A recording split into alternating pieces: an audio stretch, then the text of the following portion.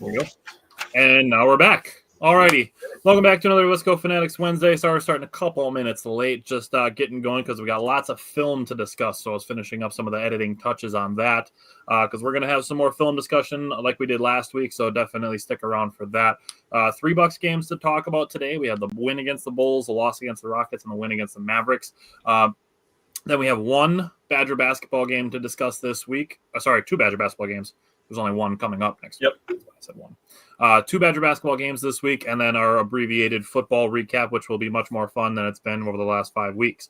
So that's what we got going on today. We're going to hit the intro, and we're going to start with some Bucks basketball. Welcome to another episode of the Wisco Fanatics Show, where we cover the Packers, Bucks, Brewers, and Badgers basketball and football teams from an optimistic and realistic perspective. Wisco Fanatics is brought to you by Cardboard Legacy, Wisconsin's most complete sports card shop. Buy, sell, grade, and consign all at their location in Oshkosh.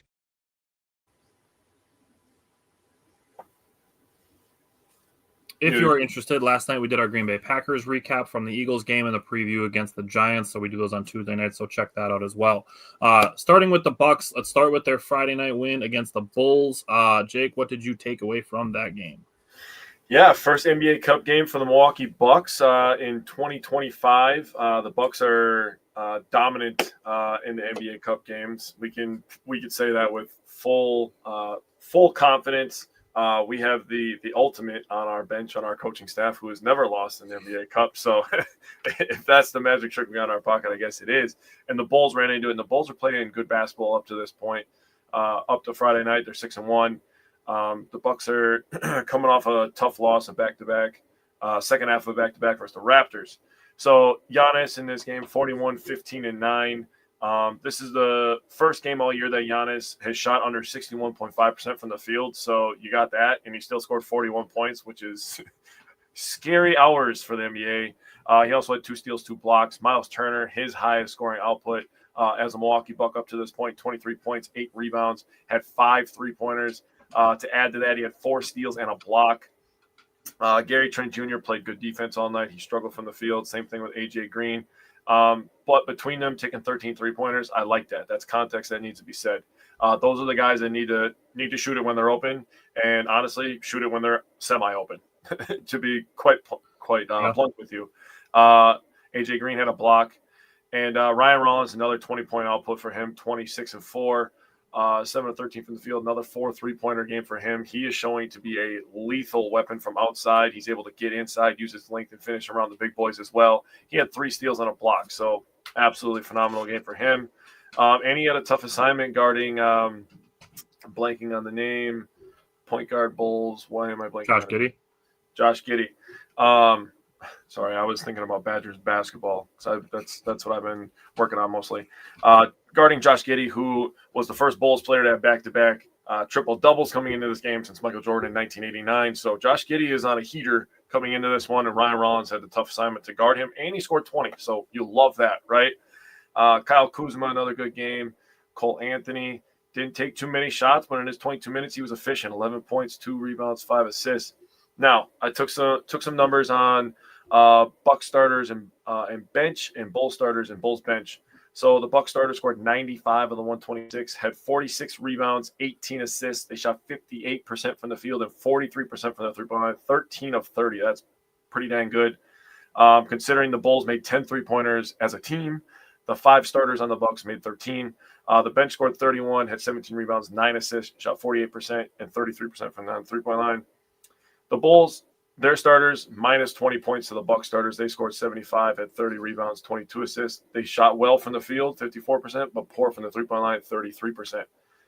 Their bench scored 35, shooting 41% from the field, 27% from the three-point line. So if there's one bugaboo on this Bulls roster, and honestly, I kind of like what the Bulls are doing. Their roster's kind of coming together a little bit. It's really not as bad as it's been in previous years when they had DeRozan and Levine. They've put together some nice talent. They don't shoot the 3-ball well. The Bucks won this game mainly in the fourth quarter. It was kind of a back-and-forth game up until that point. They won the fourth quarter 41-30.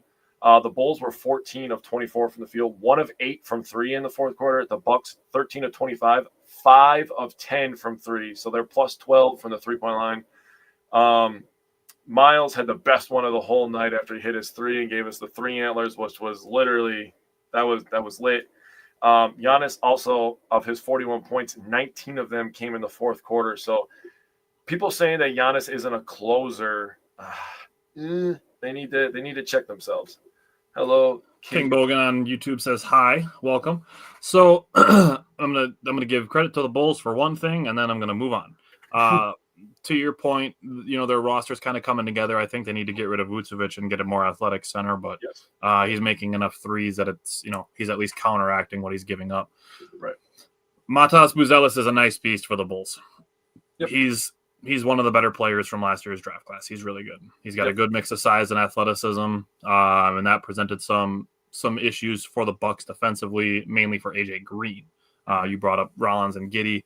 I think just the Bucks got off to a slow start in general, figuring out how they were going to counter some of the Bulls' size. The Bucks got down 8-1, didn't make their first field goal until the 8:35 mark. The Bulls held multiple 7-point leads in the first quarter, and then Doc adjusted with playing some zone defense and put Kyle Kuzma on Giddey. The Bucks were able to draw even at 35, and it was kind of just a back and forth game from there. Second half, the Bucks allowed a transition dunk off of a missed free throw. That cannot happen. Doc Rivers immediately called a timeout, and the Bucks went on a 10-0 run and then allowed a 9-0 run. So I think there's something to be said about the Bucks having to stay focused in some of these scenarios. In the end of the game, the five-man lineup of Giannis, Ryan Rollins, AJ Green, Kyle Kuzma, and Miles Turner was plus 12. And if you swap out if you swap out Kyle Kuzma for Gary Trent Jr., they were still plus 7. So to Jake's point of, the starters versus bench. We're going to talk more about Kyle Kuzma today. Kyle Kuzma in this game had 11 points, 8 rebounds, an assist, a block, and 0 turnovers against the Bulls. You brought up Miles Turner. I think this was his best game as a Buck on both ends. 23 very efficient points, 8 of 14 from the field. Made 2 of his 3 free throws, and then 8 rebounds, 4 steals, a block, and a team high plus 19. Also had 6 deflections. So Miles Turner isn't just blocking shots; he's getting his hands on the ball often. You brought up Ryan Rollins. It was good to see him hitting some shots after a couple bad games. Still committing some silly turnovers, and it's kind of just one of those things where it's like he's going to make some highlight plays. He's going to make some silly turnovers.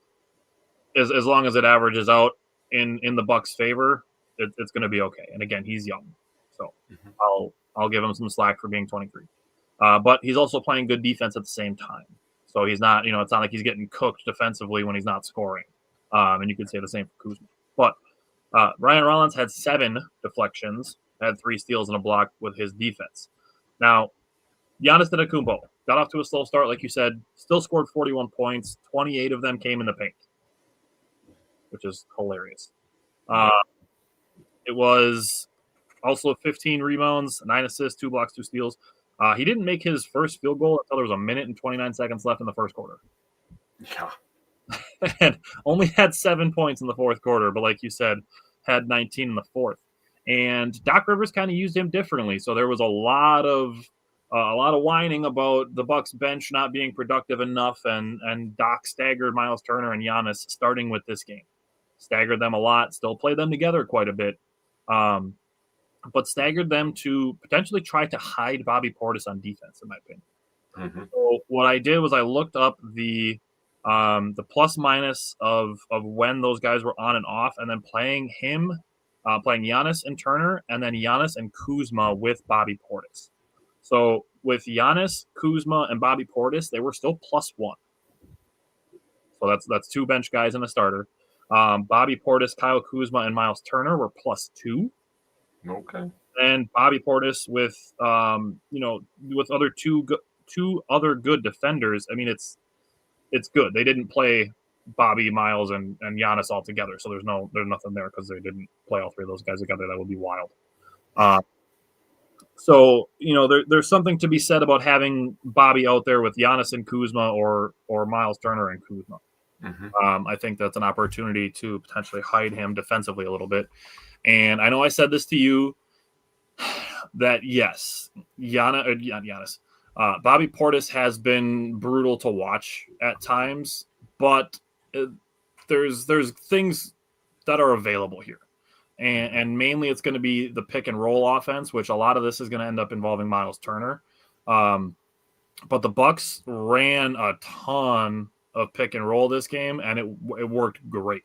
This is obviously more of a pick and pop with Miles Turner, but I mean that's what Cole Anthony's doing here. He's doing great things for the Bucks in the half court offense.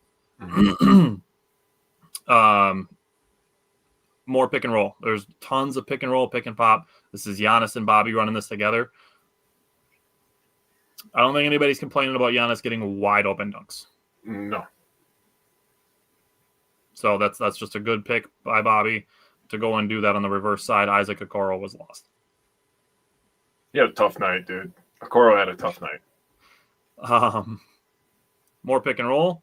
This is Bobby and Cole Anthony, who I think are actually running some really good pick and roll together.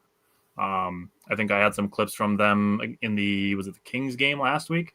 But I had some examples of Bobby and Cole Anthony running the pick and roll. And I think there's a little bit of opportunity on this play for Bobby to just move this ball to Miles Turner a little bit quicker. Miles Turner makes the three, so it ends up not mattering. But I think there's an opportunity when Bobby comes off of this screen to make that pass quicker. If he makes that pass now, Miles is wide open versus being just open. Yeah. So this is still a good play, but like I said, I think there's just a little bit of opportunity to make this an even more open shot for Miles Turner. More pick and roll. Okay. This is Jericho Sims and Ryan Rollins. If you have a center who looks like he's trying to jump away from a spider, that's probably not a good thing for your defense. So watch Vucevic when Rollins comes off and he realizes he's going to shoot. You're right. Hey, we remember what that looks like. That was just last year, bro. So this is obviously a pretty good shot for Ryan Rollins, and Vucevic is not the kind of guy that you want getting switched onto a point guard. No. Okay. More pick and roll. This one, unfortunately, the TV didn't do us any favors of getting us a good angle for this, but this is just fantastic offense. And this play right here, I would say, encapsulates everything that the Bucks want to do. Obviously, Giannis getting the wide open dunk, which we just saw, is great. But Giannis passing off of this pick and roll to a wide open shooter in the corner, there's 4 guys paying attention to Giannis right now. 4 guys paying attention to Giannis. And Miles Turner gets an open 3. That's how the Bucks want to operate right there. That was a nice pass by Rollins, too. Throw a little bounce pass in the direction that Giannis was going. That was really nice. More pick and roll.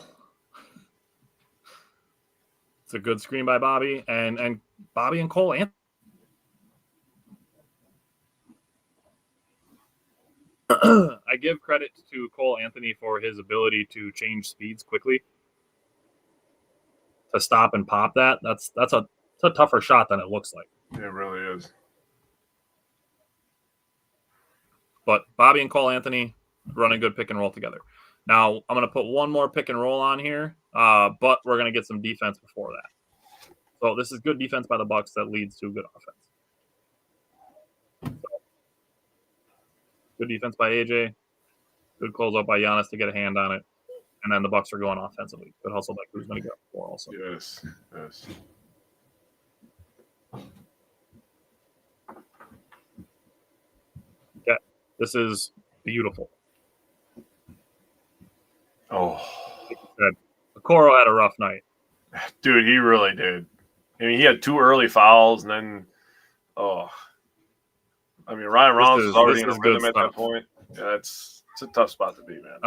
And I think, if I'm not mistaken, I'm thinking that Ryan Rollins mixes in a fake kick out to Miles Turner here also.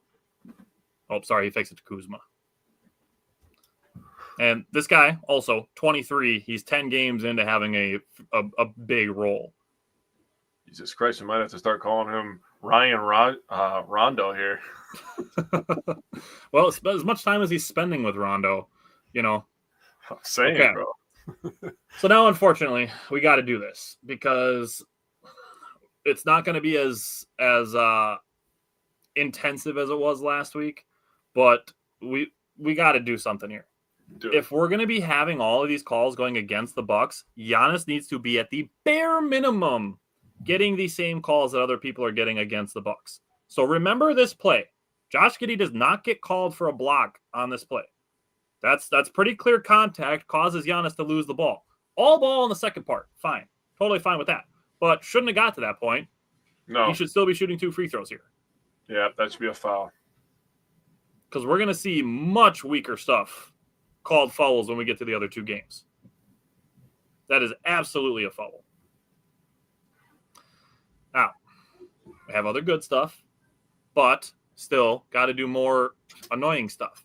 How in the hell is this an offensive foul?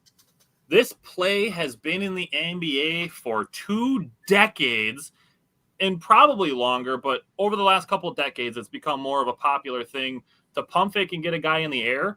Where have you ever seen this called offensive?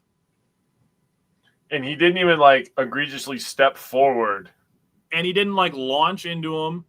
Like this, Turner says it to the ref like 6 times that he came into my space. And there, like you said, there's nothing egregious here. The contact is only happening because he's jumping towards Miles Turner. Yes. This is never called an offensive foul.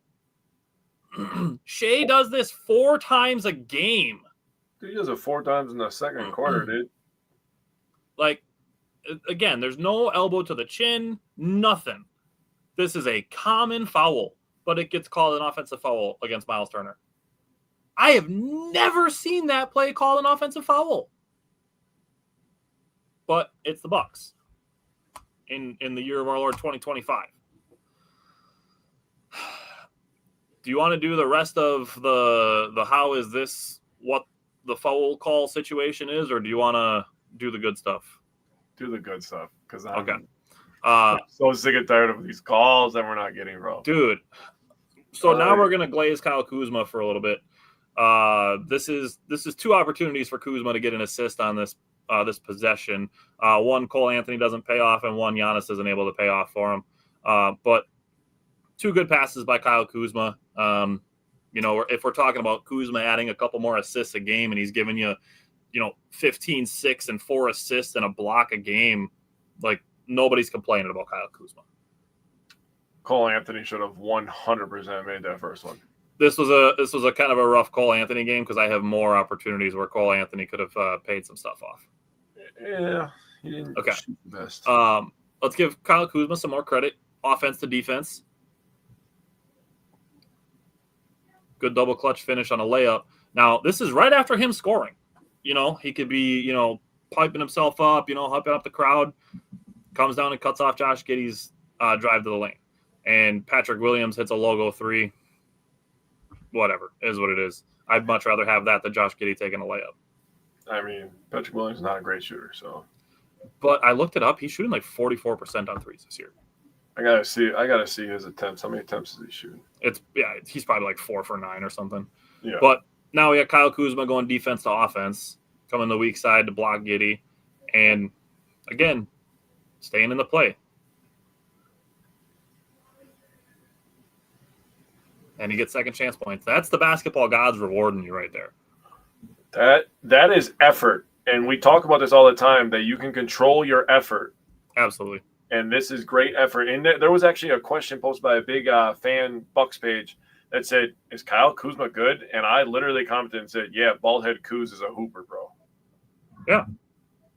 Hooper. Absolutely. He's a hooper right now. This too, like the court vision for some of this stuff. Bro, that's a rocket. And look at him. He's like, you can see him smiling as he's walking up to Bobby Portis. Like, how the hell did that get through there? This is crazy. That's a great pass. Yeah, Williams is way late on that. Good positioning by Bobby Portis, though. Yeah, that's a good seal by Bobby. But, man, that's good stuff. Yeah, it is. I like it. All right. Ooh, another opportunity where Cole Anthony could have given somebody an assist. this is still just this is great court vision by Giannis is really what this is. That's why I put this in here. To be throwing that from the NBA Cup out to the corner, that's insane. He's not a good passer. Yeah, don't give me that shit. That is awesome. Oh, nice pass. Okay. This is just good offense in general by the whole team. This involves some pick and roll stuff. But again, it's Bobby and Cole Anthony that get this started. Bobby realizing he's got Ayo Dosunmu guarding him.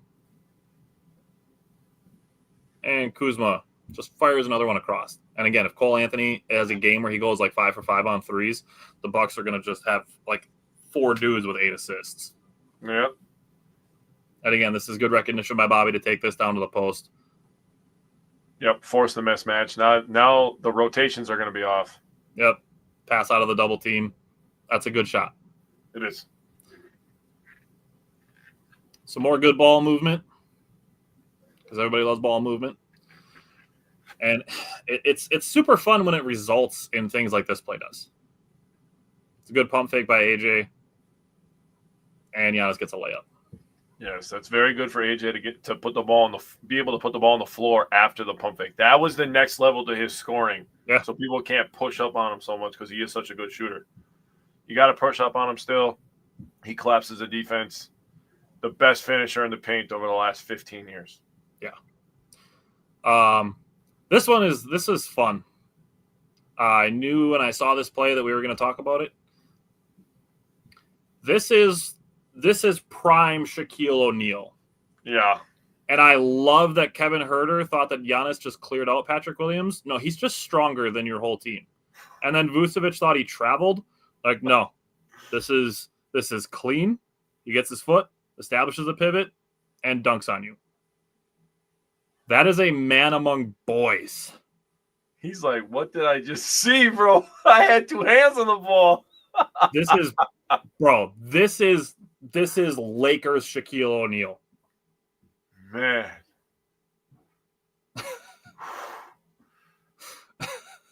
That's disgusting, dude. And Patrick Williams pissed him off. Oh, that is awesome. Come here, little boy. And Patrick Williams is strong. He's a big guy. He's stocky. Like, he's 6'9", but yeah. Okay. So we're going to go back to a questionable officiating call, and this happened not once but twice to Kyle Kuzma over the last week, where he stands his ground in the paint and gets run over and gets called for a blocking foul. How is that not an offensive foul? Giddey literally lowers his shoulder into his chest. Kuzma keeps his arms out. He doesn't reach. Like, how is this not an offensive foul? That's a great question. Let's just flip this. Let's say that the person driving the ball is wearing a jersey that has like antlers on the side and it's got like a number 34 on it. And that player drives like this into somebody's chest and the guy goes flying off down under the basket. Do we think it's going to be a block or a charge? They're calling charge 10 out of 10 times. I agree. This is great defense. Like, what else is Kyle Kuzma supposed to do? That is really good defense. So it's unfortunate. Like, I feel bad for him because, again, Kyle Kuzma's playing good defense. And this happens not once but twice over this last week. Now, we're going to give some credit to some team defense. This is after Giannis, again, doesn't get a foul call. But the Bucks are playing defense with 4 guys against 5. And making great rotations. Giannis gets back into the play and ends up with a block. But shout out to the 4 guys playing defense before Giannis gets up, and then you end up with Josh Giddey shooting a contested 3. I just wanted to give credit to these 4 guys, being AJ Green, Gary Trent Jr., Miles Turner, and Ryan Rollins. Yes. Like, that's good defense, 4 guys on 5. So, good job on that. Mm-hmm. Okay. Ryan Rollins, good defense. He doesn't get a steal for this. He does not get a steal for this, but he does force a turnover here. Good job to recover. Miles Turner passes him back off. Ryan Rollins throws the ball off of Josh Giddey's foot. So this is great defense by Ryan Rollins. Again, he does not get a steal for this. He gets a deflection, but doesn't go on the stat sheet as a steal for him. But he's going to get credit here on our show. Okay, again, we could talk about it on offense. We could also talk about it on defense. Rajon Rondo was a sneaky defender. He had long arms. This is Rajon Rondo defense right here. For That's people fair. who didn't see, It's a good call. this is how he looked. He was quick and used his long arms. Yeah, good call. 2 more clips of defense, and then we're moving on. This is good team defense, and I love this so much because they start in their zone, and it's like a match zone. It almost becomes like a zone man. And, dude, the way that all 5 guys are connected on this possession is just like, yes. Yeah. Even after the foul call. So Jericho Sims gets called for a foul for a bump on the baseline, and they lock back in for another 14 seconds of defense. Yeah. Like, oh, dude, like Cole Anthony rotating up so Sims can sink back down, and it ends in another super contested 3. And they're off to the races. Oh, this is fantastic. Like Sims and Bobby, without even talking to each other, perfectly knowing where they're supposed to be. Jericho Sims seeing Bobby Portis having to take the high guy, doesn't let somebody cut behind him because that's not his zone, goes with him. Cole Anthony, not his zone, but goes with the guy. Now Bobby Portis is playing up, and now they're in almost man-to-man. Except, look at everybody sink back down. Now it's Kuzma and Gary Trent Jr. at the top, Cole Anthony, Bobby Portis, and Jericho Sims on the bottom until it switches again. So there's the foul. But this is so interconnected. This is 5 guys, 4 bench guys, by the way, interconnected on this play. It's so good. So good. And it ends in a contested 3. That mama's the Mia right there. Hell yeah. That was I'm not going to say that this is what it means for the end of the season, but that was a championship level defensive possession. And one more defensive possession before we move on.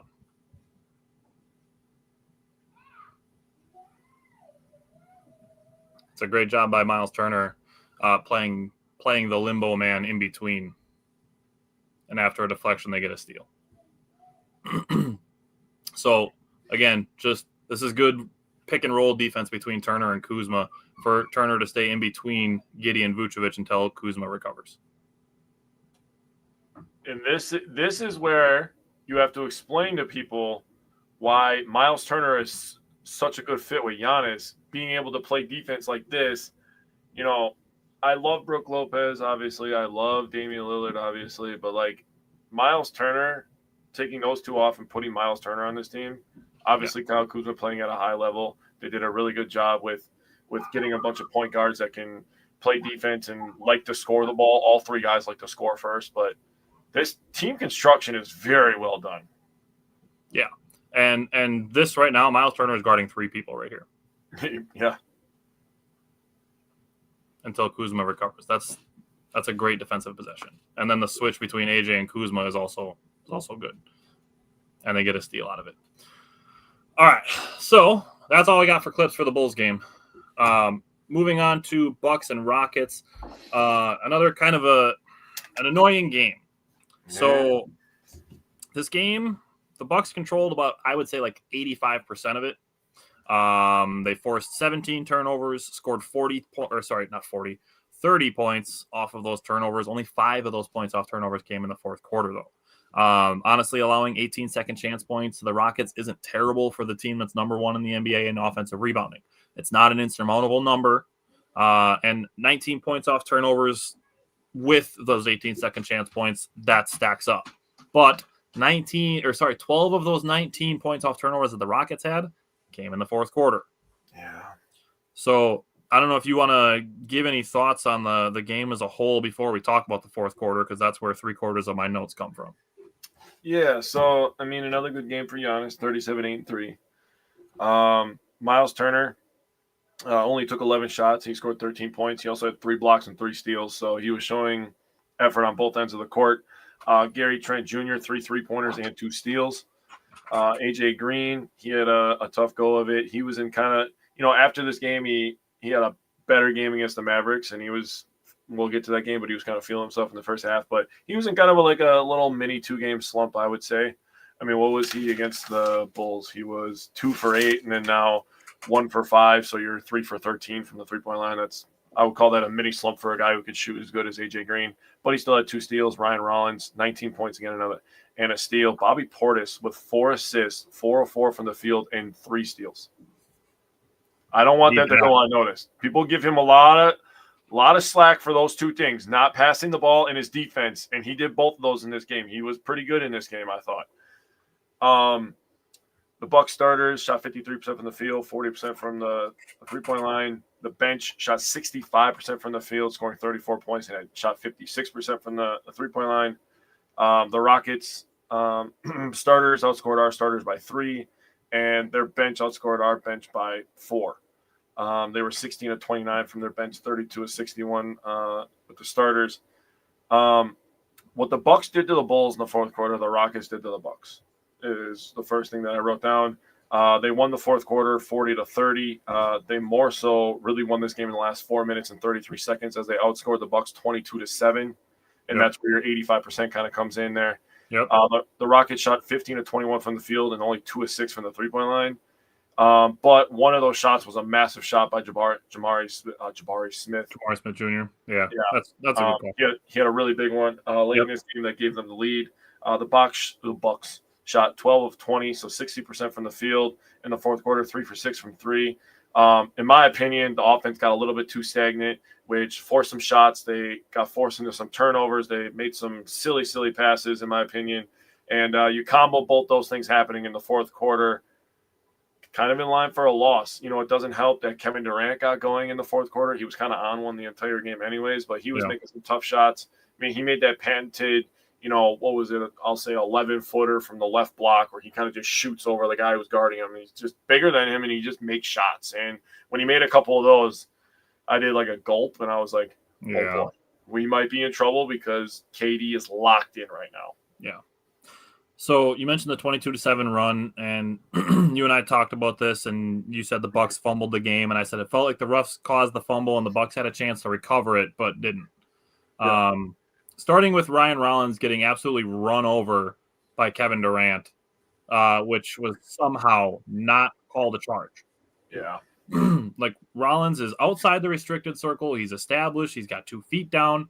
Kevin Durant runs right into his chest, and instead of it being a charge, it ends up as an and one for Amen Thompson. And following right after that, Gary Trent drives to the basket. Looks like he got hit while shooting a floater. No call. And the next play ends up in 2 free throws for Houston. That cuts the lead to 1 point. Giannis takes a layup versus 3 people, misses it, leads to a dunk for the Rockets. That again cut the lead to 1 point. Rollins hit a big 3, which is credit to him. That's still a clutch shot, even though the Bucks lost. We're going to make sure we give that credit when it's due. Yes. Bucks were up 111-107 and got outscored 15-4 over the final 3 minutes and 44 seconds. Mm-hmm. In that time, the Bucks were called for 4 fouls. 1 of them was intentional. The Rockets were called for 3. 2 of them were basically hack-a-shack fouls on Giannis. Yes. We keep seeing the Bucks go against physical teams. We've seen them against the Raptors twice, the Bulls, the Rockets, and it's seeming like the physicality is being allowed to go further on one side than the Bucks are being allowed to play with. We've seen multiple games where Doc is having to challenge stuff that seems obvious, like Şengün driving into Miles Turner, getting called for a block and having to challenge it, and then it being a no call. And even still, some of those calls going against the Bucks, like the challenge that we showed with Josh Giddey running over Kyle Kuzma. It's unfortunate, but during that 22-7 run, I counted 2 missed layups, 4 missed free throws, 3 turnovers, and what I would say 7 bad or questionable calls. So 1 being that no charge, which Doc Rivers said after the game affected the team. Yeah. That call not being made. No foul for Gary Trent Jr. Şengün flopping, which the Bucks did win the challenge out, but the Rockets won the jump and got an and one out of it. Şengün pushing Giannis in the back, which I do have a clip of. So this is on the tip in that Giannis is trying to get. He gets called for basket interference, but Watch as Giannis is going up for this. Şengün pushes him in the back, and you can see him like go flying. You can see Şengün extending his arm into Giannis's back, and there's no call here. And Giannis is not a flopper. Like he's literally not getting calls because he's not a flopper. But no. Make sure we see the goaltend, but not Şengün extending his arm into Giannis's back. So we're really going to think that one of the most one of the top 5 most athletic people in NBA history is going to fucking fall down off a regular vertical jump? What are we doing here? Also, Rollins being hit on the arm during a layup attempt with the game tied at 113. I thought that could have been an and one. A missed goaltend, and I have that also. Giannis goes up for a layup. Pretty clear that Amon Thompson touches it. You can see it kind of change trajectory as it goes off the backboard. Definitely touches the backboard first and then gets touched.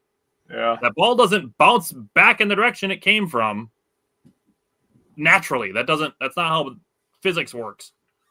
Like Giannis puts this ball up off the glass, it hits the rim, and then it bounces back towards Ryan Rollins. And the Rockets hack Giannis, and he misses those 2 free throws. Like this would have tied the game. Yeah.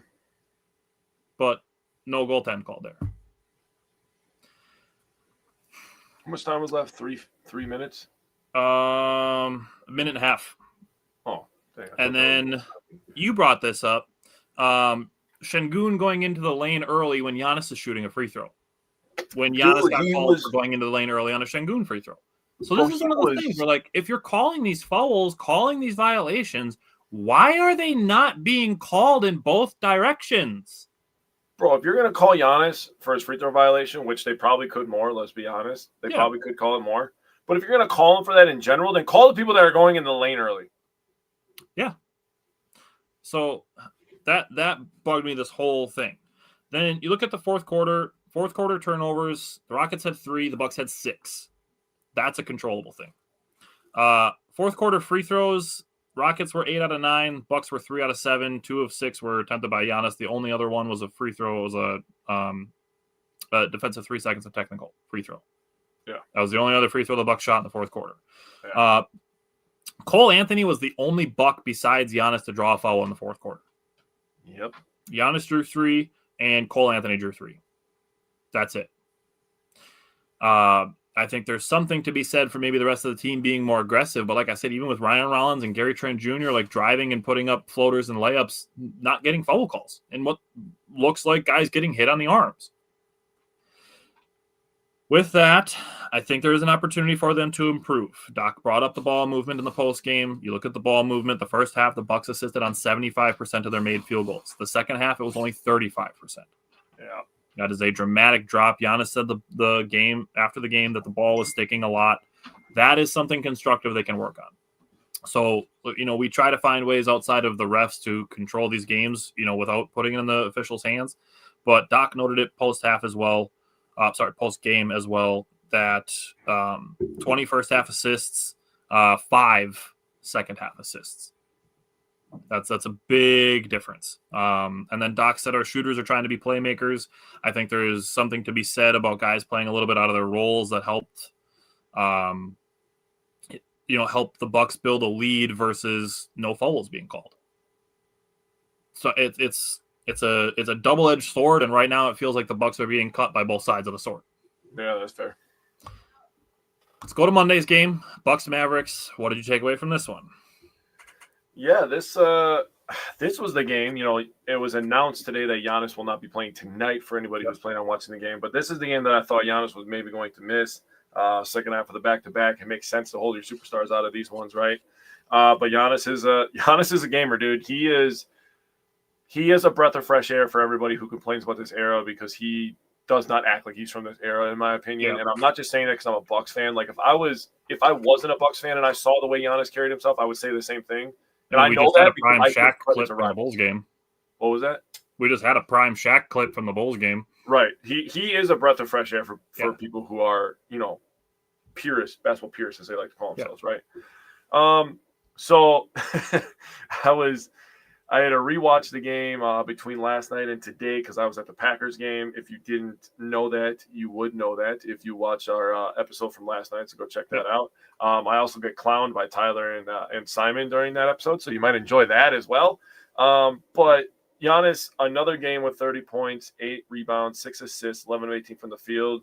He makes his patented 1 3-pointer with the celebration. He has to do it.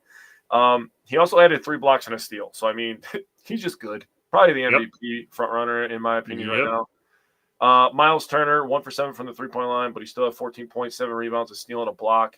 Gary Trent Jr., a steal and a block to go with his 3 points. AJ Green, like I said, he was on one in the first half. There was a couple times where he shot it and it didn't hit the rim, and I was like, oh, boy. The one that he made, like when the Bucks had 0.4 on the shot. Yeah, and he went to the right corner, fading towards the cash. Yeah, that's where I was just like, oh boy, we might be in for an AJ Green game. Light. Yeah, that was crazy. That's why you just let him shoot whatever, right? He also had a steal in this game.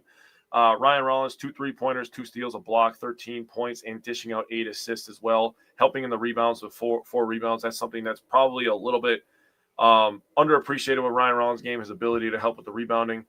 Bobby Portis was efficient. Kyle Kuzma, man, making 10 We need to talk about Kuzma. Kyle Kuzma going 10 for 17, bro. There is a lot of people that owe Kyle Kuzma an apology. Yeah. Straight up an apology. Yeah. 26 points for him. He was phenomenal. Cole Anthony also had a steal. So I wrote down all the steals and blocks from just the starters. The starters had 6 steals and 6 blocks. Nice. That's insane. They also scored 73 points, shot 43% from the field, 26 rebounds, 19 assists, and 38% from the 3-point line.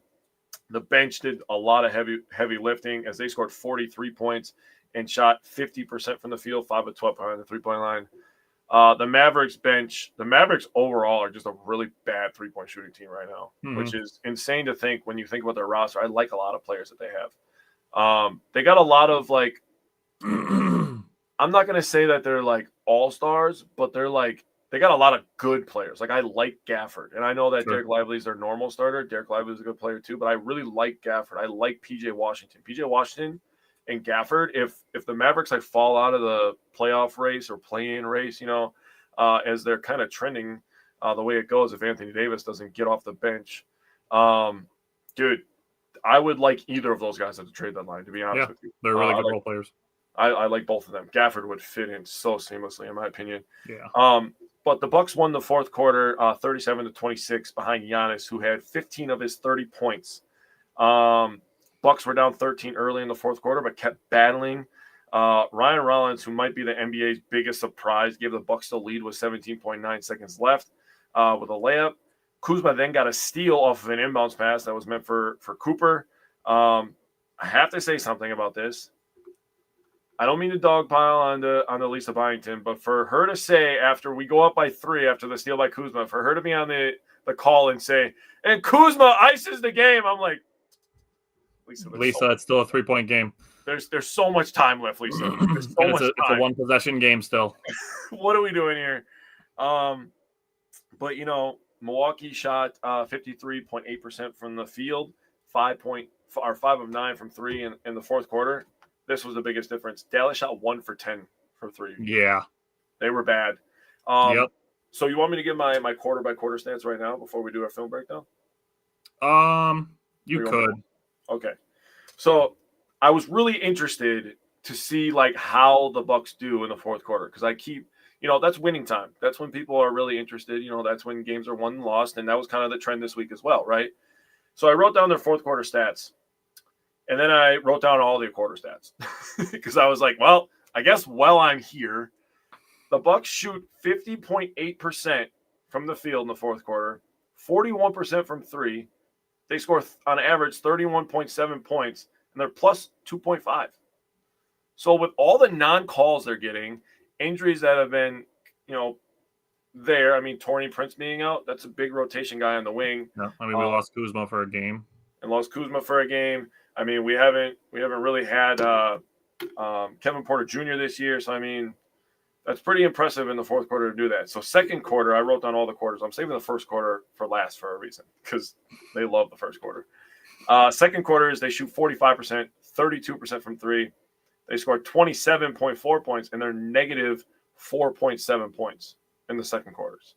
So second quarters, probably their worst quarter, to be honest with you. Third quarter, they shoot 52%, 40% from three, and they're negative 0.1, and they scored 29.1 points. So third quarter, they come out of halftime with some adjustments. This is credit to Doc. He does a good job. So overall, the second half, they're plus 2.4. So that's really good. First quarters, the Bucks shoot 53.2% from the field, 47% from the three-point line. They average 31.5 points, and they're plus 3.9, dude. They shoot 47% from the three. That's wild. I think crazy. this game actually helped with that because the beginning of this game, Giannis was getting a metric shit ton of attention, and that's Jason Kidd. Like anytime the Bucks play against Jason Kidd, like Giannis is getting a ton of attention. Yeah. But guys were knocking down threes. I mean, they started 3 for 7 on threes in this game. Yep. I mean, you look at the rest of the team without Miles Turner, who had a rough day of shooting. The rest of the Bucks were 13 of 29 on threes. That's 44.8%. That's crazy. You'll see when we get to the film that I have from this game, Dallas played the entire game defensively like this. The whole game. Just patting on the back, pushing, hands on the back, pushing, hands, 2 hands on the back, pushing. Entire game. Now, Giannis came out of the second quarter with a vengeance, had 2 huge dunks over Gafford. One of them was over Gafford and Cooper Flagg, and then blocked Gafford at the rim a couple possessions later. That was awesome. You brought up the fourth quarter turnovers. Giannis had a few. The Mavericks were able to build a 13-point lead, but the Bucks didn't quit on that. They went on an 8-0 run in less than a minute when the Mavericks had that 13-point lead. It took less than a minute, and the Bucks were right back in the game. Giannis had an offensive rebound and a putback dunk to tie the game at 102, forced the Mavericks into a turnover. Giannis hit a 3. Dallas missed a 3. Dallas had a defensive 3 seconds that Ryan Rollins made a free throw off of. Giannis got a layup over 3 people, and the Bucks were up 6. Giannis missed a dunk. It's happened twice this year, but the Mavericks got a 3 out of it that cut the lead to 1. Giannis was making his free throws in this game. That was a difference. Don't love the decision that he made to shoot the 3 when the Bucks were up 1. Cooper Flagg came down, and the Mavericks took the lead off of it until Ryan Rollins, like you said, had a great drive and finish to take the lead back for the Bucks. Kuzma had the steal and slam. They said it could have been a foul for Kuzma grabbing the jersey, but I don't want to hear that shit when I tell you what the free throws were in the fourth quarter. Now, the absolute ridiculous call, the Mavericks still had a chance to tie the game at the end of this game, and we're going to talk about that as well because I have the clip. But fourth quarter, a couple early turnovers, like I said. Rollins cut the game down to 1. Sorry, Rollins got the layup to give the Bucks the lead by 1. I think there's an opportunity for him to work on when to pull the ball out. It's a nitpicky thing, but I think it's an opportunity for him to improve his decision making. But then the fourth quarter, dude, like another game, the game as a whole, where the Mavericks made more free throws than the Bucks attempted. The Mavericks were 31 of 41 from the free throw line. The Bucks were 20 of 25. So even on a day where the Bucks made 80% of their free throws, they were still outscored by 11 at the free throw line. Mm. And the fourth quarter, let's do second half first.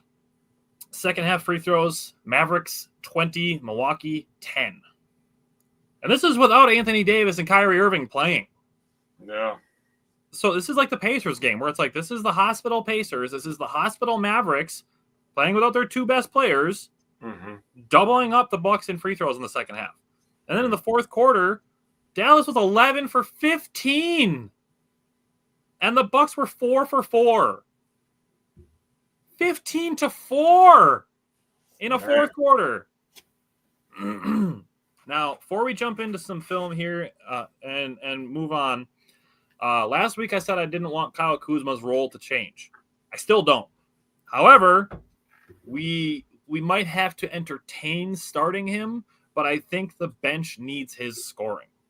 I like him on the bench, honestly. I'm okay with not starting him, but either way, whether he's starting or coming off the bench, he needs to be playing 30 minutes a game.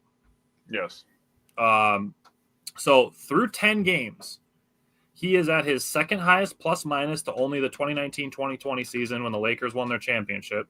He's at a career high 55.3% field goal shooting. He's at a career high 85.7% at the free throw line, a career high 26.1% block percentage, his best defensive rating since the 2020-2021 season, a career high true shooting percentage at 64.9%. That's by 10% over his next highest season. Yeah. While playing at the highest pace of his career with his year 2 season, while on a career low usage percentage and a career low tying 25 minutes per game. There should not be a single person complaining about Kyle Kuzma. He is doing more with less, and he deserves more minutes. Point blank, period. Yes. Now, let's jump into some of the film here, and this is another game where, unfortunately, there's a lot of like, why the hell is this stuff not going the Bucks' way or being called at all? So, this is early in the game. Miles Turner blocks Daniel Gafford, gets called for a foul. Like, the other stuff in this game were like, how is that a foul? That gets called a foul, but now we're going to go to this. This happens later on in the game, but Gafford slaps the shit out of Giannis's hand on this. Slaps the ever-loving shit out of Giannis's hand, and that's not a foul. But Miles Turner gets called this for a foul. Like, these two plays right here just show you like how shafted the Bucks are getting when it comes to foul calling. Like, what are we doing here? Wow. Okay. Now, this is something that happened a bunch of times, too. Daniel Gafford just clearing Ryan Rollins out. Scary Alvarez, welcome back. He said, I've been hard on Kuz, but he's been really nice this fall. There you go. That's all you got to say. Perfectly said. He's an adult. I get that this is a switch of a bigger man onto a smaller man, but just blatantly just shoving him. There's a ref standing right there. How do you not see him get cleared out? And Giannis blocks him anyways. Like, this too. This is the ref being in the same position, but this time calling the foul. How are you even seeing if there's any contact here? First of all, Giannis is straight up. That's not a foul. But this is being called by the ref behind them. If the ref that's looking directly at this play is not calling a foul, why is the dude on the backside of it calling a foul? It's a really good question. He's straight up the whole time. But again, Giannis is not getting these foul calls.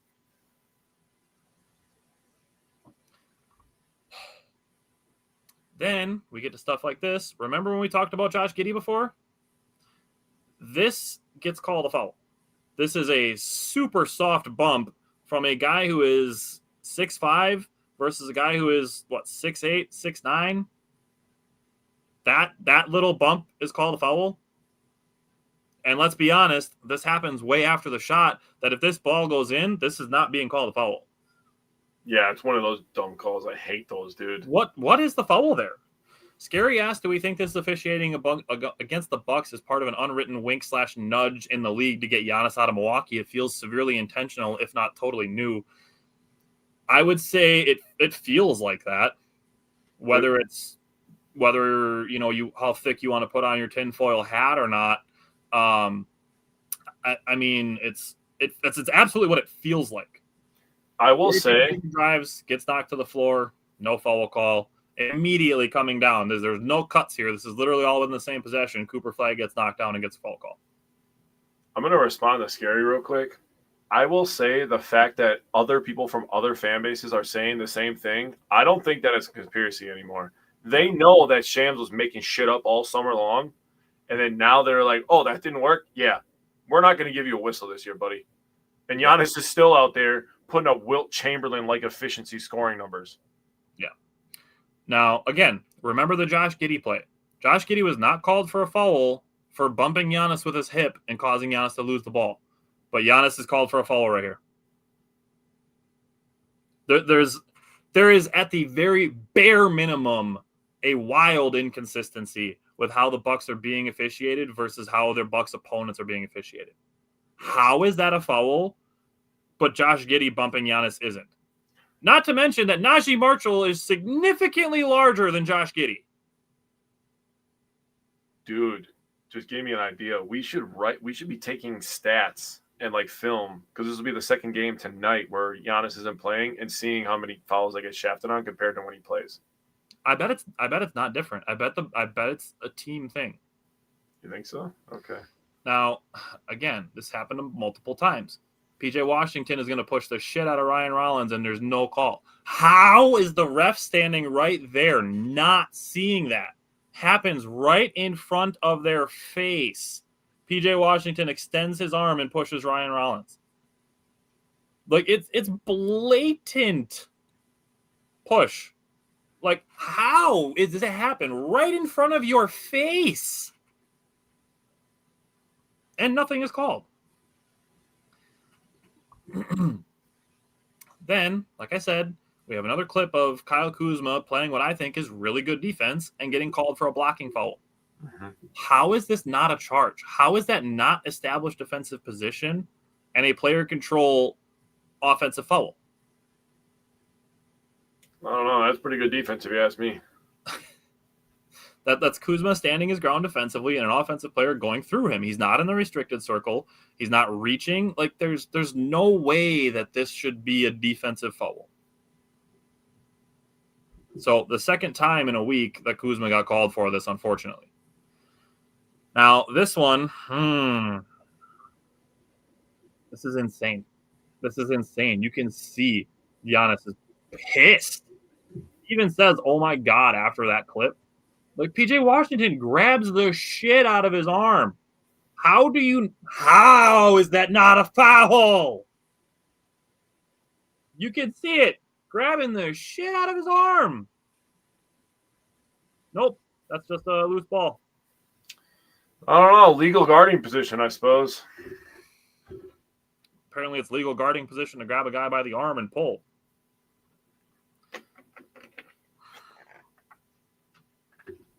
Then, this again. Not called a push. Ryan Rollins gets pushed to the ground 3 times in this game, and it's not called a foul 1 time for a power forward pushing a point guard. That's fully extended arms. Fully extended arms, which is the Dallas Mavericks style of defense, apparently. Jesus Christ, they block better in the fucking right in front of a ref.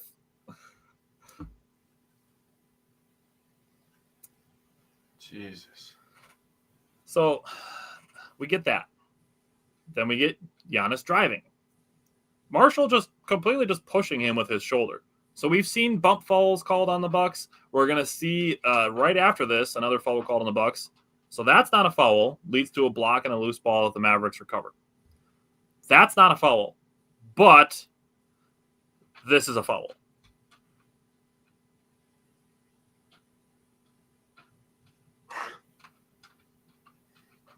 This is less of a bump than Josh Giddey put on Giannis.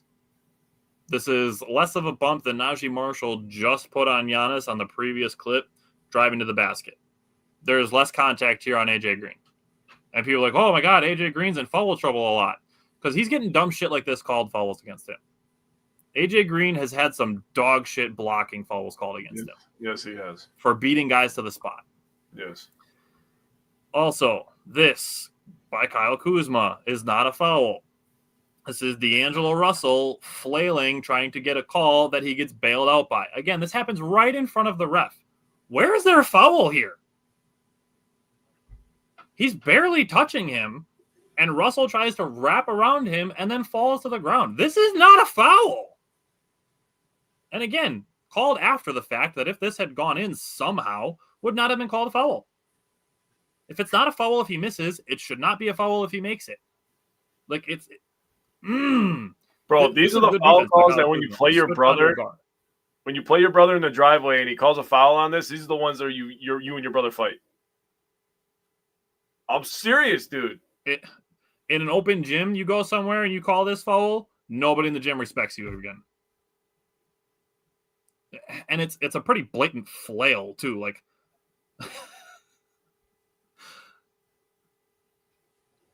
there's no foul there. Like, what are we doing? That's good defense.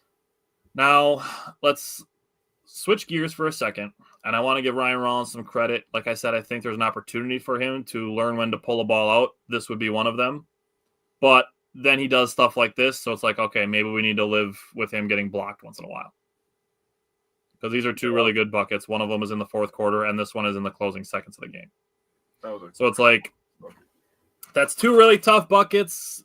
He gets blocked at the rim here. He's had a couple turnovers driving towards the baseline. So it's like one of those things where it's like, okay, you don't want to tell Ryan Rollins to be less aggressive and not get these two buckets because you're trying to avoid him getting blocked or having an occasional turnover.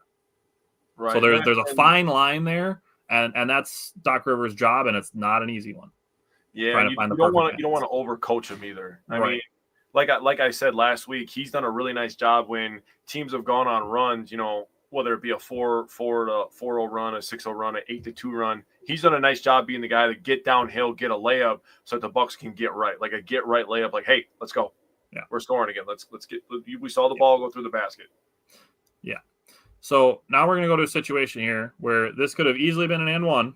We've seen multiple bumps, little hip bumps like this, like that, called fouls. Not for Giannis, but twice for the Mavericks. Once against Giannis and once against AJ Green. That little hip bump foul. Not called for Giannis. That could have been an and one. That hip bump is not being called for the Bucks. We've seen two examples of it not called for the Bucks today in the clips from all three games, but two clips just from this game of the bump being called against the Bucks, and two clips now of them not being called for the Bucks. Yeah. But this gets called a foul for PJ Washington.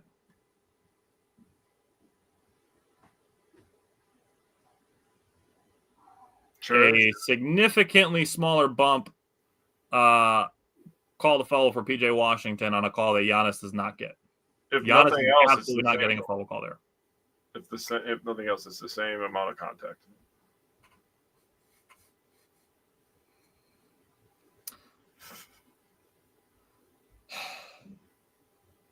Then you get to Giannis, who's going against three people. And I get, not wanting to bail out a guy who's going 1-on-3.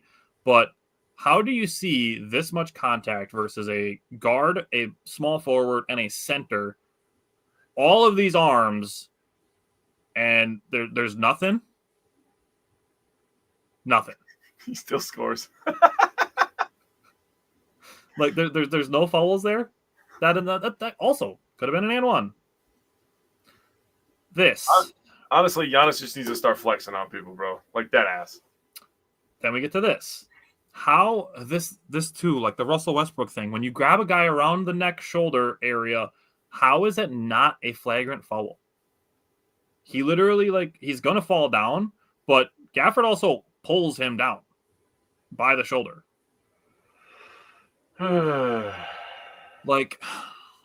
We're just letting people grab Giannis by the shoulders now, too? How long before somebody tests their luck and grabs Giannis by the shoulders while he's about to go up in the air and pulls him down backwards?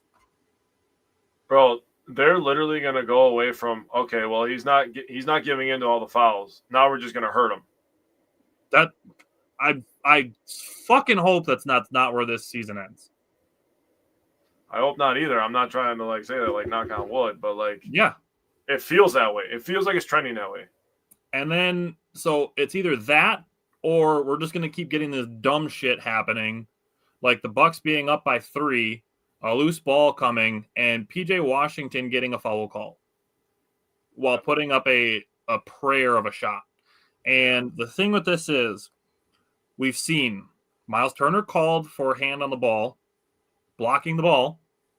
We've seen Gafford smack the shit out of Giannis's hand with no call. Now we're seeing Giannis block a shot, touch his hand after, and PJ Washington, which you can see better on the first angle, swing his left arm towards Giannis right here. Giannis is up there, and PJ Washington's left hand is on Giannis's arm. This could have easily been called an offensive foul, in my opinion. I mean, they called it against Gary Trent Jr. against the Kings. Yeah.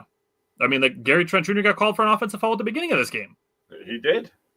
Granted, it was a foot, not an arm, but PJ Washington's arm here, his left arm is on Giannis' shoulder. I don't have a zoom in button or I would use it, but I mean, what the fuck? That this gets called a foul. And PJ Washington gets a chance to shoot 3 free throws. And the basketball gods don't bail him out the way that the refs tried to. But that's a block. That's a clean block. Bro, do you know how mad Adam Silver is going to be if Giannis leads this Bucks team to a title? Do you know how mad? How mad is ESPN going to be? How mad is Stephen A. Smith and Kendrick Perkins and Shams? How mad are all those people going to be? Brian Windhorst. I don't even consider that guy a journalist, to be honest with you. Unfortunately, I agree. I think he's more of an influencer than a journalist. Yeah. That guy got on his chubby knees and begged LeBron to carry him to ESPN. There's a reason why people call him Windbag. Yeah. So the Bucks play tonight against Charlotte. The game starts in about 45 minutes. They play Friday against Charlotte at home. And they play Saturday against the Lakers, and then they play Monday at Cleveland. So we will have 4 Milwaukee Bucks games next week. Scary said they won't let it happen, guys. I mean, Giannis is playing as dominant as he was last year through 11 games. The Bucks were 2-9. So this year through 10 games are 7-3. So there could be much worse things. Seems like they figured some stuff out in the offseason. Doc Rivers has been better than he was at the end of last season. Kyle Kuzma has been better than he was at the end of last season. The title. Yeah, that's what we meant. Yeah, I know. We knew what you meant, but hey, Gary Trent Jr. hasn't even been on fire yet this season. He could catch fire. AJ Green can go on a streak for about 2.5 weeks where he goes crazy. We haven't even seen Kevin Porter Jr. with this new look offense and defense yet. Yep. It's possible. I'm just saying the East is wide open. I don't think the Knicks are that good. And all the media talked about coming into the season was, is New York going to go to the finals? Are they finally going to make it to the finals? The Cavs are beatable, in my opinion, with this new look team. I think the Bucks have as good of a shot as anybody. Yeah, and the Magic are not impressing anybody. No. They were supposed to be a top 3 seed. Yeah, the only team that there was a lot of people that predicted them to be the 1 seed. They were thinking that Paolo Banchero was going to take that jump and lead them to the 1 seed. Yeah. Scary said, I like this team for sure. It's the forces fighting against the Bucks I'm referring to. Yeah, it's if officiating keeps going this way, it's been 10 games, so we are 1/8 into the season. If it continues like this into December, like the Bucks are already sending tape to the league, which I appreciate them for doing. Yes. But it's egregious. Like Jake said, if other teams are pointing out that, or other teams' fans are pointing out, like, hey, the Bucks are getting a really uneven whistle, like the NBA is gonna have like an angry mob outside their gates, with torches and pitchforks. Like, yeah, that's the Twitter equivalent of what's happening right now. All right, so we're gonna switch to Badgers basketball. We're gonna bring Mike in. Getting to him a little bit late. Sorry about that, Mike, but welcome back. That's it. Sticking with basketball, we're going to jump into the Badgers win over Northern Illinois. Mike, I'm going to let you go first. Welcome. And what did you take away from the guards against Northern Illinois? I mean, this is not even just the guards, but even just team-wise. The first thing that stands out to you is the fast start in comparison to the Campbell game. Like, it was complete night and day in terms of how both games started off. I mean, Nick Boyd, put a pin in that for next game too. yeah, for sure. But I mean, even going from game 1 to game 2, biggest difference by far what was the fast start. I mean, they got off to a 12-2 lead, shooting 5 of 6 collectively as a team. It was led by Nick Boyd, who had a career high. He had 25. I love Nick Boyd's like attitude, like swagger that he plays with. Oh yeah. That's definitely going to be talked about. In 27 minutes. 25 points, 3 rebounds, 3 assists, 2 steals. Right out of the gate, he made a beautiful pass to Andrew Rohde for the opening 3. And it was like clockwork. I expect that to happen quite a bit this year. There's still a lot of camaraderie that needs to be worked out with this team, but they got guys that can see the court real well, a lot of good vision, but especially with the starting 5. I think it's going to, help immensely. But yeah, as far as Nick Boyd goes, I mean, within the first 3 minutes, he had seven points, 1 assist, and 1 steal in the first 3 minutes. So this dude was on a mission in this game for sure. He had 20 points in the first half. So even in the first half, he made his mark. So kind of what Tyler alluded to. No matter the crowd size. I mean, even in the Kohl Center, he loves getting the crowd into it. His energy is contagious. I mean, I think obviously his scoring is good, his passing is good, he can get to the hole good. But I mean, he just brings that constant energy. Whether it's to get the crowd fired up or his teammates as well. So he had a career day, and props to him. And doing and going into Jack Janicki, he's doing Jack Janicki things. He did get 21 minutes this game. 2 points, 3 rebounds, 1 assist, and 3 steals. So just slowly but surely chipping away. And then Hayden Jones got a little more playing time this game too. He got 11 minutes, 5 points, and 1 rebound. And I guess even too collectively, I'm going to talk more long-term picture when we get past the Ball State game. But one of the biggest call-outs I personally loved in this game too defensively, Badgers were able to force 17 turnovers in this game, which is pretty impressive. And 7 of which were steals, which was nice. So, props to these guys. And, we're moving on to the next one. To your point, they forced 4 turnovers in the first 4 minutes of the game. Yeah. It's a big catalyst for the for the fast start, like you said. I think John Blackwell on the wing did his best work inside the 3-point line, mainly his driving and finishing, either with a layup or a mid-range. He finished with 15 points on 4 of 8 shooting. Didn't shoot any threes and was 7 of 8 at the free throw line. He had 6 rebounds and a steal. Did get called for some really soft fouls, so he had a little bit of foul trouble that cost him some playing time in the first half. But Andrew Rohde, like you said, started the game with a 3. I really like his motor. He was 2 for 4 on threes on the night. He scored 8 points.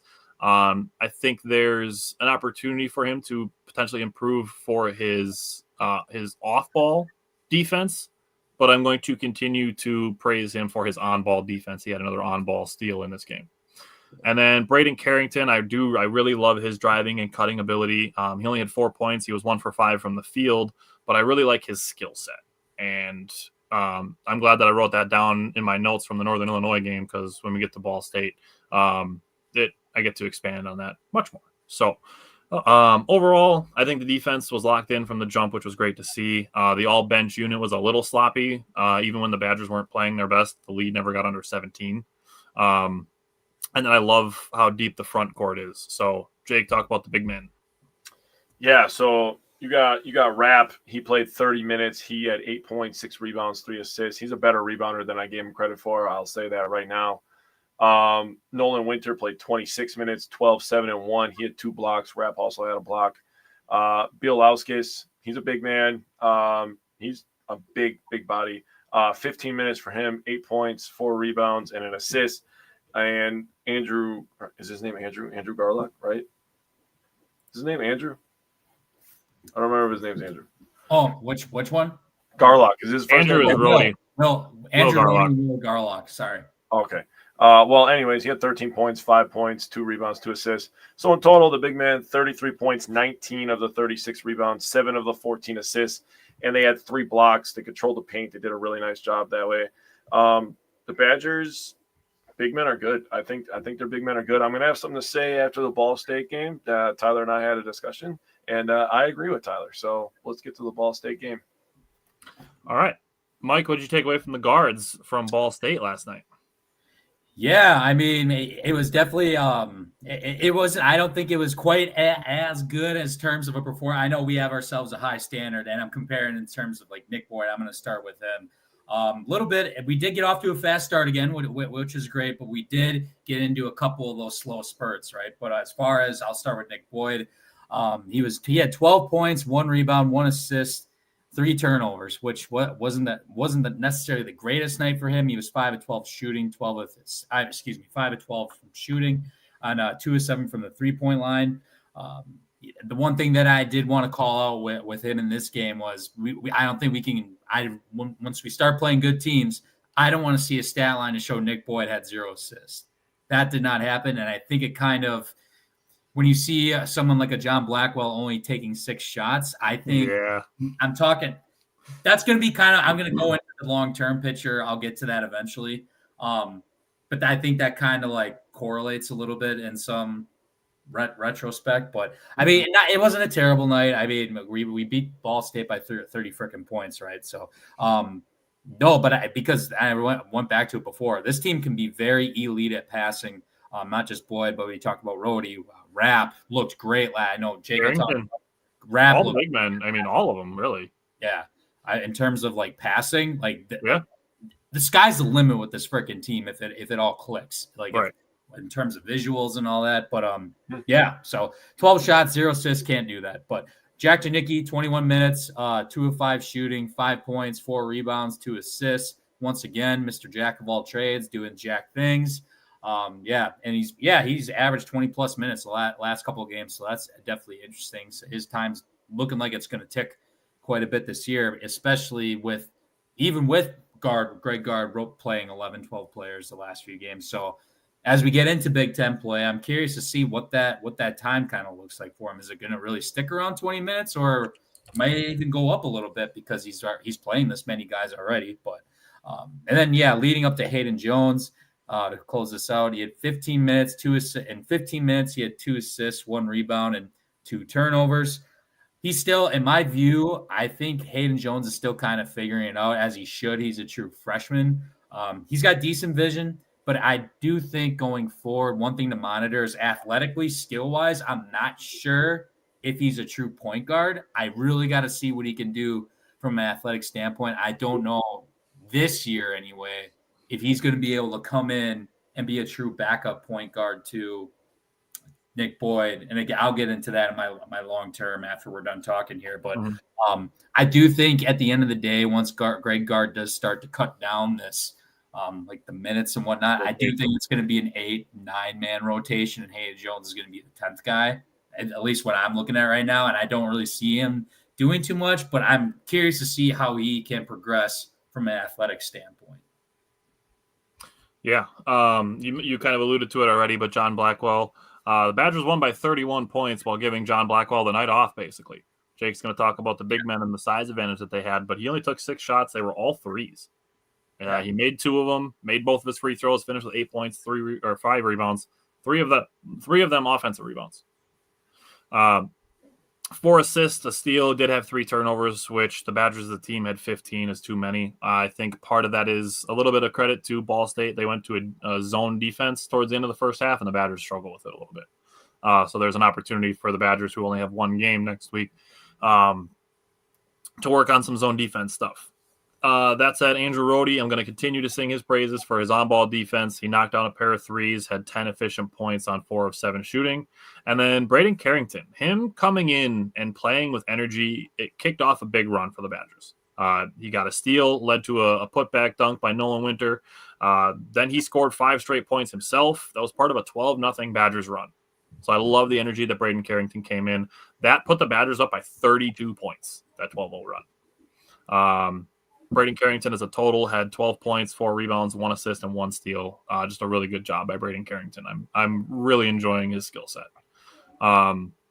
Jake is going to talk about Greg Gard leading fully into a 4-man rotation, and I just love the way that all 4 of them are complementing each other. Yeah, so first of all, I love Carrington. I love his hustle. He plays really, really hard, so I appreciate that about him as well. Tyler, that's one thing that we always talk about is people that play hard. That's one thing that we instantly attract to with players. Like, oh, this guy's playing really hard. He's hustling. He's diving on the floor. Yep, I like that guy. That guy's one of my favorite players now. But talking about the 4-man rotation is really interesting because usually, on basketball teams, you have like a 3-man rotation with the big men, right? This guy will play with this guy a little bit, stagger your 2 starters a little bit. But first, going back to the ball movement was elite. And you could tell it's elite when your 4th big man has 3 assists. Garlock had 3 assists. That's insane. He didn't score again, but he had 2 rebounds. He's a work in progress. I think he has a lot of potential, man. I like the idea of him in this offense over the next couple of years. So Bielauskis, talk about him. So when I was talking to Tyler, I don't even remember when we were having this conversation. Last night, maybe the day before. We were talking about it. He had 6, 8, and 1. He had 2 blocks, by the way. Talking about him, and I was like, the one thing that I worry about this team is they don't really have like a defensive stopper, like at the big man position. And I worry about that going into Big Ten play, where when you need to get a stop, because you have your rotations. Like, this is my 3-point shooting lineup. This is my free throw shooting lineup. This is my offensive lineup. This is yada yada yada, et cetera, et cetera. They don't have a guy that they could put in there who's just like, yes, this guy, if you try to go against him, he will put his hands up and you are running into a brick wall. And Tyler, I was rewatching some things today and I was like, you know what? I can see where he's coming from with Bielauskas. He suggested that maybe he's the guy that could become that defensive center. And I'm like, all right, I'm going to start watching it a little bit closer now. We're going to have a really good went like this and two-hand volleyball spiked a block in the first half. I'm like, all right, he's got some defensive dog in him. He's going to have a big test actually on Thanksgiving is the day that we end up playing BYU. Our rematch with them is actually on Thanksgiving, I believe, 27th. I think it's next week Friday, isn't it, on the 21st? Or no?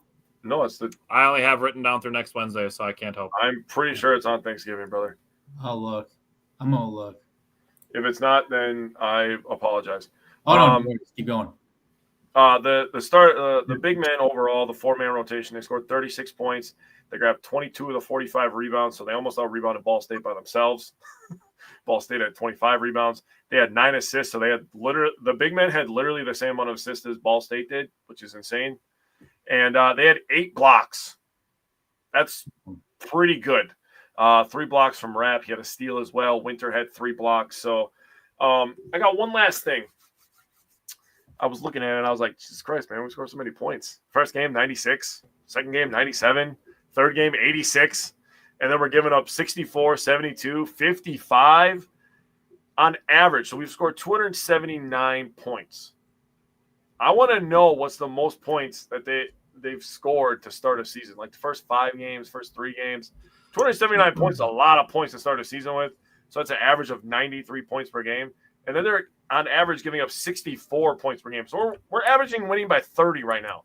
Now, opponents take them into consideration, but that's crazy. 30-point wins is crazy on average. I think I saw on Twitter last night that the Badgers 3 games of 86 plus in the first 3 games is the first time in like 50 years. Okay. Yeah. I was We're wondering. trying to hit 90, but obviously we didn't. I know 90 was a big call out too. Yeah. But Tyler was right. It's a long one. And I think for me, what a big part of it was the Badgers in the first half, they were 6 of 23 on threes. The second half, they were 8 of 15 on threes.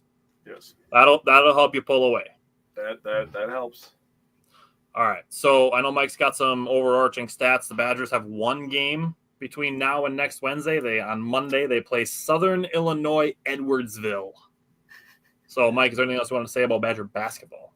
Yeah, the BYU game is on the 21st next week. I'm looking at it right now. Okay. So at 3:00 in the afternoon. So everyone's going to have to leave work early to watch these guys on Peacock too. Say less. You know that too, brother. Yeah, there you go. It's right before the Utah Jazz's night game, I guess. So that's why they're starting it early or whatever.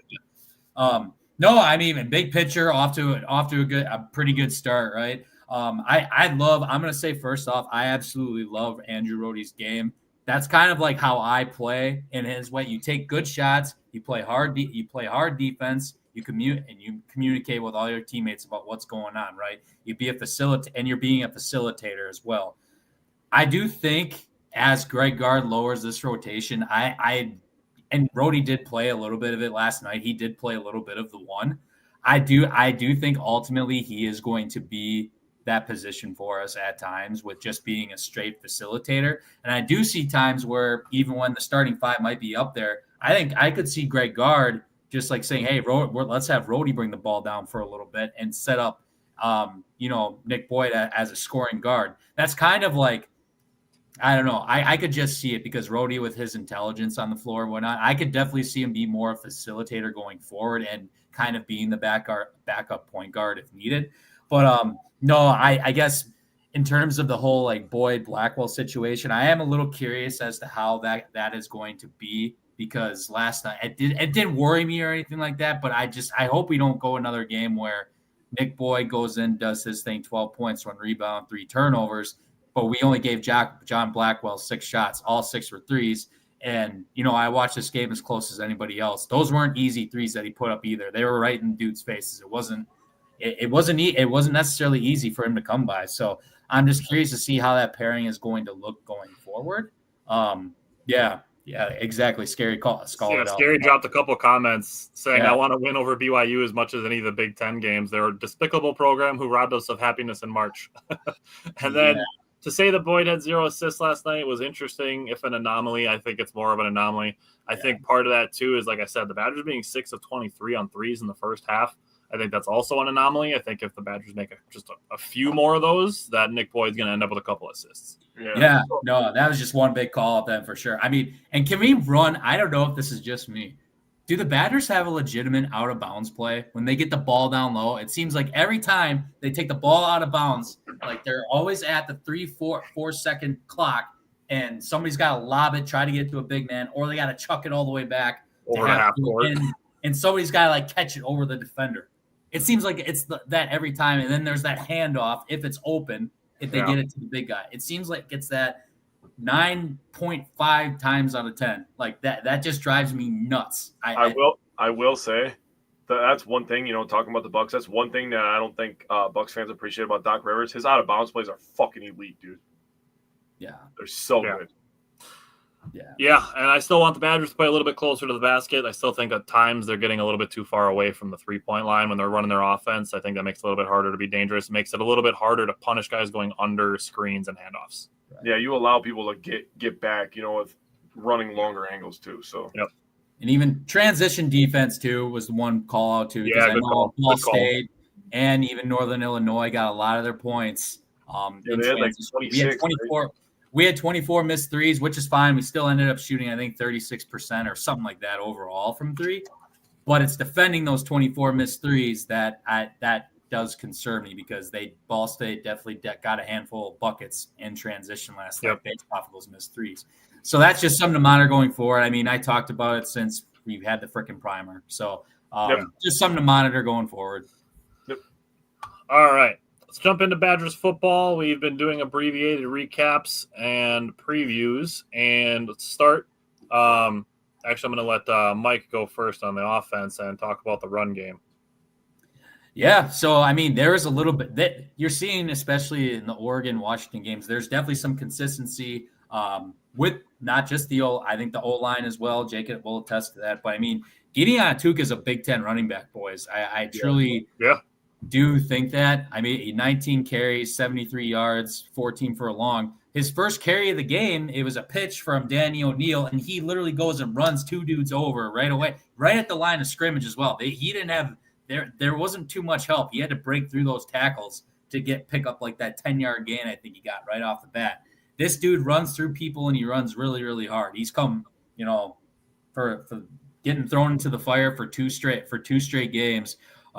He's definitely got a future at Wisconsin. I hope he sticks around because he's building that. There's that consistency again. And I think the same thing with the O-line. They're starting to build some consistency too. But no, Gideon Atuka once again. He's showing why he can play at this level.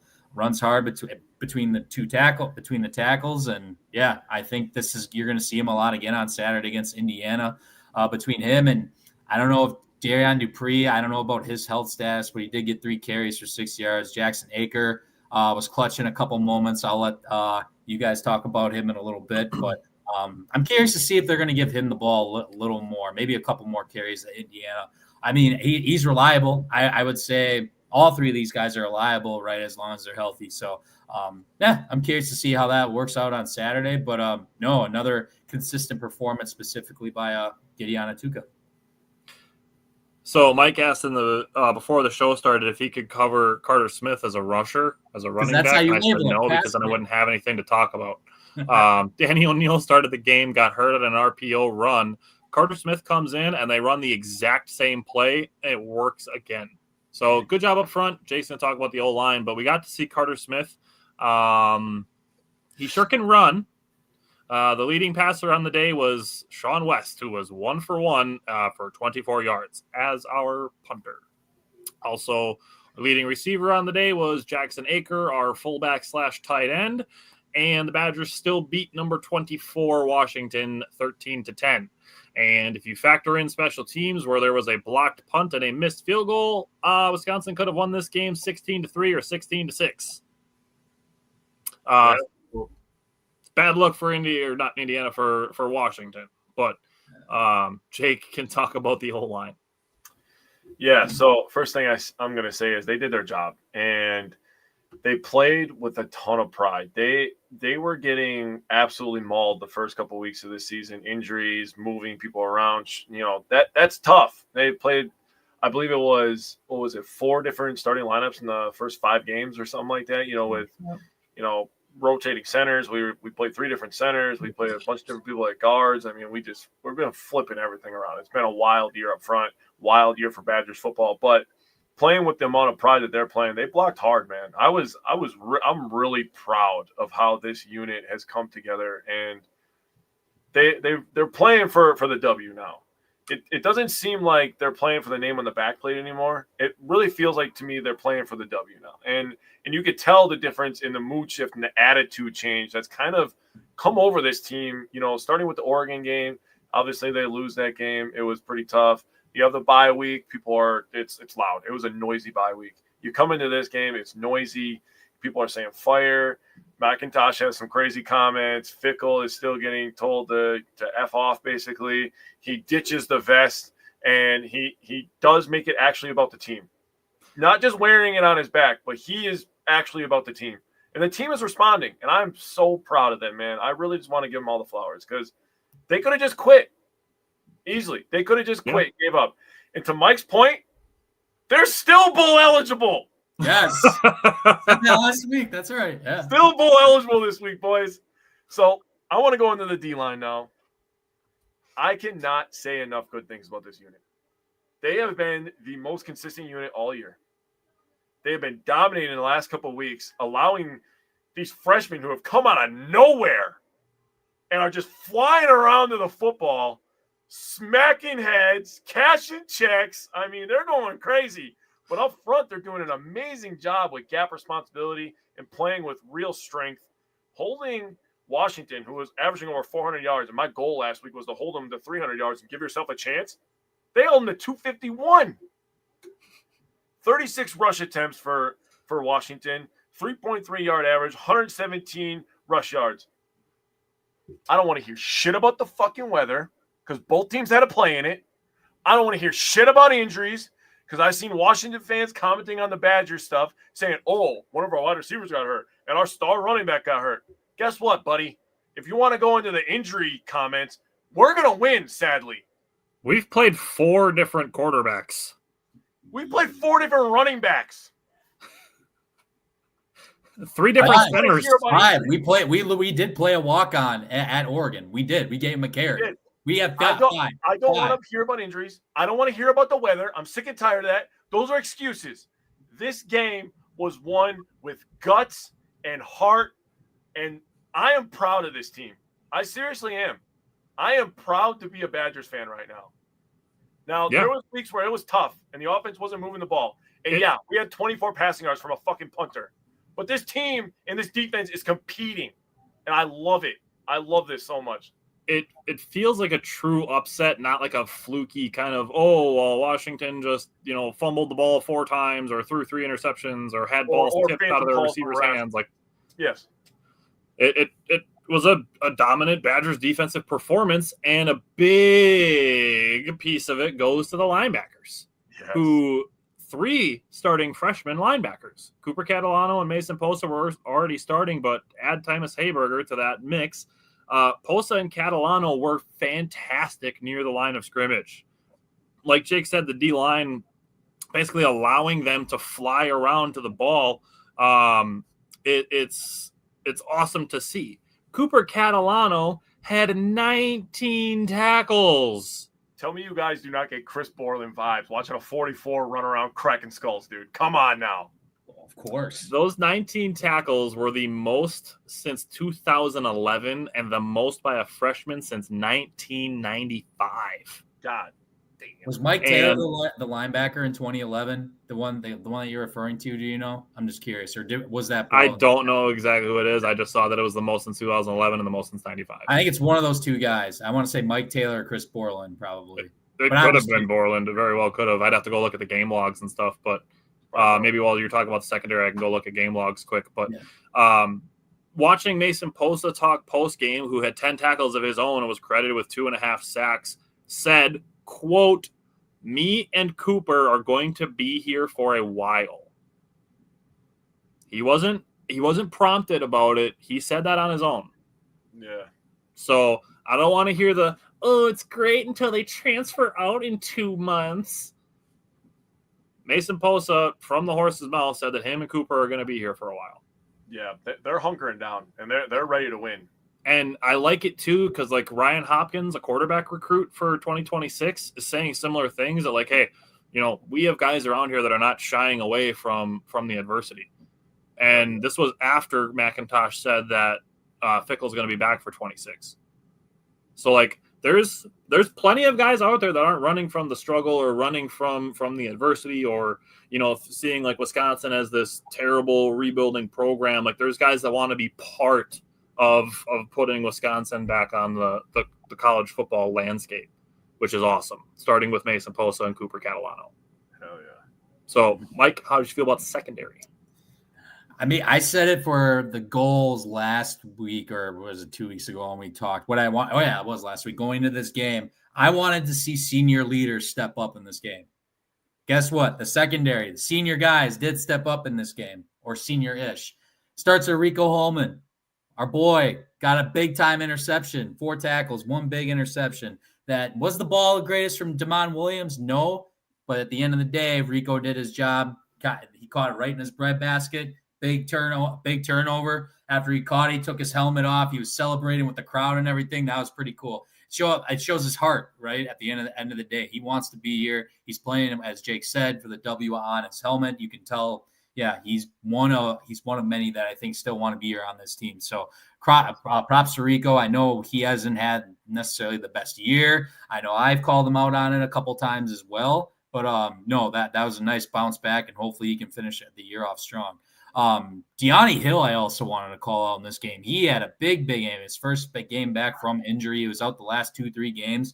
5 tackles, and two of those were for tackles for loss. So big game on his end, and he had a big tackle specifically at the last possession of Washington. It was on the second down play when Damon Williams dumped it off to Jonah Williams, I think the running back, and he just stuck him for a 2-3 yard loss. So that was a big call up there. And then I also wanted to give one more guy a shout out, Matt Young, actually, junior from Nina. He did a 4 total tackles, but I wanted to call out his deep coverage, actually, because there was one instance, it was in the third quarter, where I think it was Washington's stud wide receiver, Boston, I forget his last name. I got to bring it up. But no, he ran like a flag route, actually, to the corner. And Matt Young, he was like right on him.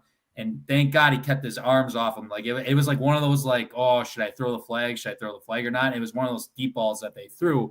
It was like a 40-yard bomb. But it was a really good no call. Yeah, it was a very good no call. No, I just wanted to give him a quick shout out too, because I know that safety room has been struggling a little bit too, especially without Preston Zachman. But no, collectively we held Damon Williams in check. I mean, in comparison to his Big Ten stats this year, 20-32, 134 yards total, 1 touchdown, which was only from 1 yard out, and 1 interception, right? So pretty much this game, if you want to take like their turnover away and our turnover away, we would have won the game 9-3, I think it was, with the missed field goal, right? So if we're really going to take turnover, if we're going to subtract the turnovers, you know, of getting those close touchdowns, we still win the game 9-3 or so. So it was a defensive battle. Good energy. I mean, shit, that was the first time I've been at the edge of my couch watching play after play, like at the edge of my seat. First time in a while. It feels good to win. I almost forgot. It was kind of like a couple of the players said after the game, even Coach Vic, sometimes you forget about what winning feels like. You know, you're just so numb to it. And you guys know damn well a couple of the games earlier this season, that's pretty much how it was, right? So, no, this is a nice shot in the arm, as I would like to say. But no, the young Bucks stepped up. The senior leaders on this team stepped up too, whether it was Ben Barton or Rico or, like I said, or Matt Young. But no, props to these guys all around to get that big win. And yeah, we're moving on to Indy. So looking through all of the 2011 game logs for Badgers football, and goddamn, Mike Taylor and Chris Borland were a pair. Yeah. We got So the new pair. So looking at it on October 1st, 2011, Mike Taylor had a 14 tackle game. On October 15th, 2011, Chris Borland had a 15 tackle game. On November 19th, Chris Borland had a 16 tackle game. Christ. And on October 29th, 2011, Mike Taylor had a 22 tackle game. Oh my goodness. So Cooper Catalano's 19 tackles were the most since October 29th of 2011, Mike Taylor. So great job going forward. Mike, what are you looking for from the offense at Indiana this weekend? Yeah, man, just keeping up that consistency in the run game. I mean, you would think Carter Smith is going to get the nod as well. So, I mean, collectively just getting this run game going, whether it's with the quarterback or just building up more consistency, because that I'm pretty sure that's going to be right around 80 to 85% of our plays is going to be on the ground. So just building up that camaraderie again with the O-line as well, and getting Gideon Atuka at least 20 to 25 carries would be a start. But no, if we can get Jackson Aker involved a little more too, and just again build up whoever's healthy at the end of the day in that running back room, put your helmet on. You're going to play a little bit. I don't know if I haven't heard anything about Yak. Dylan Jones is out for the year. Yep. I haven't heard anything about Darion Dupree yet at this time. So it'll be interesting how that all shapes out. But no, just continually building up the consistency. You know, you're seeing it back-to-back weeks now. We've gotten better the last two games against two very good teams, mind you, two ranked opponents, and our run game has gotten better after each one of those games. So who knows, man? Maybe we can go on the road and shock some people. But no, just looking for that consistency at the end of the day.